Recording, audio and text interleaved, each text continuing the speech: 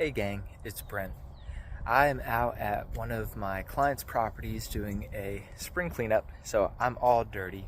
This is a really cool World War II era estate, and there's a lot of old vintage things on the property, and I noticed some stones in the corner of the driveway, and I asked the client, I said, hey, what are those circular stones in the corner of the driveway?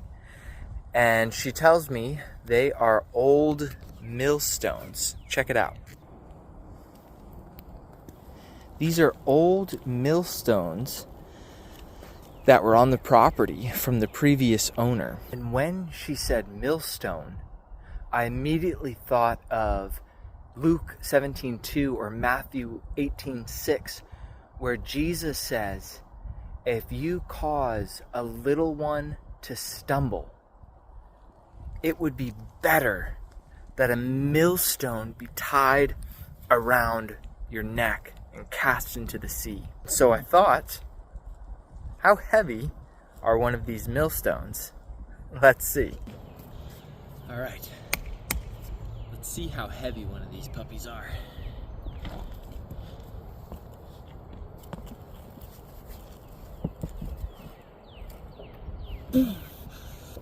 Oh yeah.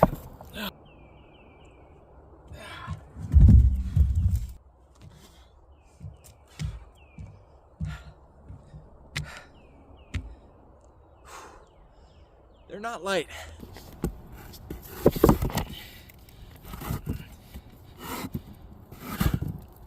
I can say with confidence, you do not want to be thrown into the sea with one of these around your neck, because you will not make it. And these are small ones. Jesus was not being vague when he said it would be better to have a millstone. He was being very clear. Very clear. This was probably one of his most explicit warning. You will not survive being thrown into a body of water with one of these tied around your neck. You're not going to make it. I love what Jeff Cochran said from the Spiritual Abuse Institute. He said, we cannot ignore sin for the sake of unity. It might sound right, it might sound biblical, but really what it's doing is it's causing little ones to stumble. And Jesus had the harshest rebuke and warning for any pastor, for any elder, for any leader who would do that. Look, we're not saying pastors have to be perfect and sinless. Of course not. We're all sinful. But there's a line that gets crossed, and I'll put it this way. All husbands are sinful, as are all wives, right? All husbands are sinful, but not all husbands are abusive or abusers. There is a real clear line that once you step over and you start abusing your power, you start gaslighting, you start using prophetic manipulation, you use your position behind the pulpit to be heavy-handed and domineering. As soon as you cross that line, you go from a sinful pastor, which we all, they all are, into an abusive pastor. And that's where we are saying right now, there is a prophetic voice crying out saying, no more, no more. And no, we will not be silent for the sake of unity.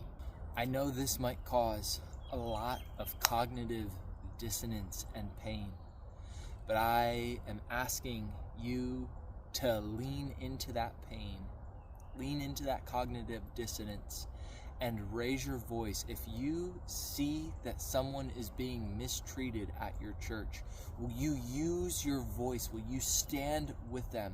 Maybe you haven't been hurt, but if you hear of other people being harmed, will you be courageous enough to stand with them and end this?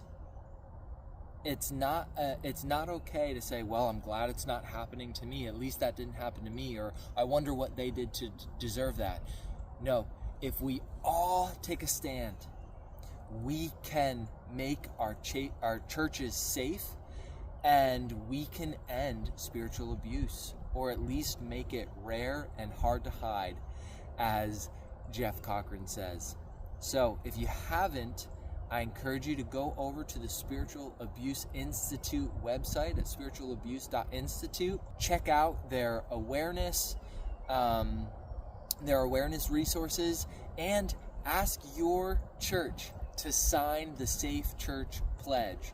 And let's put an end to spiritual abuse.